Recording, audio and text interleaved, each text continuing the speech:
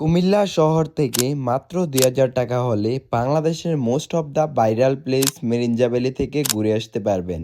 কিভাবে যাবেন, কত টাকা খরচ হবে, কি কি খাবেন, সম্পূর্ণ ভিডিও দেখলে বুঝতে পারবেন বিস্তারিত। হাই গাইস, আসসালামু আলাইকুম। It's me Abdullah. Welcome to another blog video. আজকে আমরা যাচ্ছি হচ্ছে মেরিঞ্জা ভ্যালিতে।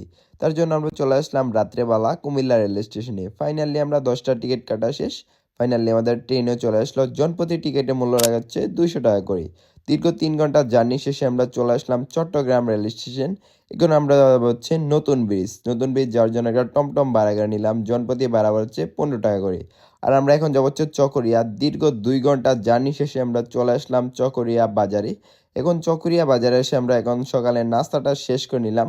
আর নাস্তার আইটেমে ছিল সকালে বোনা খিচুড়ি। আর বোনা খিচুড়িটা ছিল এক কথায় জোস, আর সাথে অবশ্যই চা তো থাকবেই। তারপরে চলে আসলাম আমরা চাঁদের গাড়ি ভাড়া নিতে। আর আমাদের লোক সংখ্যা ছিল হচ্ছে 10 জন। তার জন্য আমরা নিয়ে নিলাম 2500 টাকা দিয়ে একটা রিজার্ভ গাড়ি। আর অবশ্যই যাওয়ার আগে এনআইডি কার্ড এবং জন্ম নিবন্ধনের ফটোকপি নিয়ে যাবেন। আর লামা উপজেলা আমরা গেট দিয়ে এখন ভিতরে প্রবেশ করে নিলাম। ভিতরে প্রবেশ করার সৌন্দর্য আপনি নিজ চোখে না দেখলে কখনোই বুঝতে পারবেন না। চারপাশে পাহাড়ি আঁকা বাঁকা রাস্তা। আর আমরা ফাইনালি চলে আসলাম সেনাবাহিনী